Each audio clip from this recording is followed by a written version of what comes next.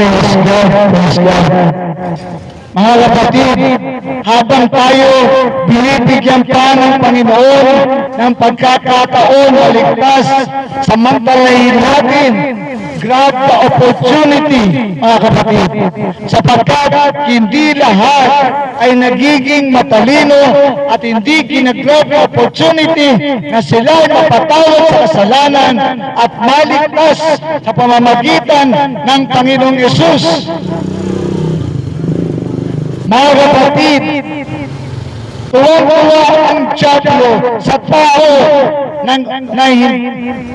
kung sila ay lumalayo at tumatanggi kay Jesus, sapagkat alam ng Diablo pupunta ang tao pag walang relasyon kay Jesus.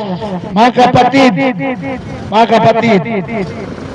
hindi ka ba naaawa sa sarili mo? Yung kaluluwa mo parurusahan sa hell, araw at gabi, eternity. Akala ng tao, pag namatay siya, tapos na ang lahat. Kapatid, doon pala mag-umpisa ang buhay mo sa eternal. Subalit, nakakalungkot, mas maraming pumapasok sa hell kesa sa heaven. Samantalang, pinapadali ng Panginoon para tayo makapasok sa heaven. Si Jesus na nagbayad sa ating mga kasalanan. Si Jesus na yung pinako sa krus na dapat tayo yun. Si Jesus na yung nagpasa ng krus natin na dapat tayo. Sa totoo lang, mga kapatid, nakakaawa ang Panginoon.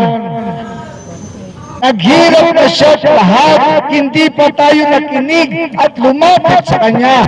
At doon natutuwa si Satanas sapagkat marami siyang madadala na tao at kaluluwa sa hell. Kapag walang relasyon ng tao kay Jesus, pupunta siya sa hell. Nakikinig ka ba, kapatid? Kapag wala kang relasyon kay Jesus, isang lugar lang ang tutunguhan mo.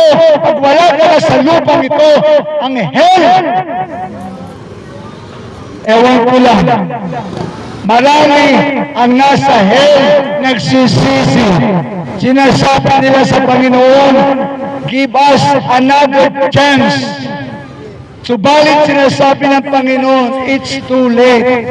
Lahat ng pagkakataon, binigay ko na sa tao habang sila'y nabubuhay. Mga kapatid,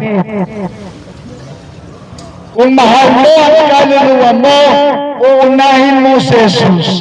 Kung mahal mo ang kaluluwa mo, pagsisisihan mo na ang kasalanan mo agad-agad. Asat, hindi patumpik-tumpik, sapagkat ang kamatayan dumarating sa atin, minsan hindi natin inaasahan. Minsan naglalakad ka lang, nasagi ka na sa sakyan, patay ka na. Hindi po ba? Paano kung hindi ka nakapagsisi sa kasalanan mo? Ang sabi ng salita ng Diyos, for the wages of sin is death. Ang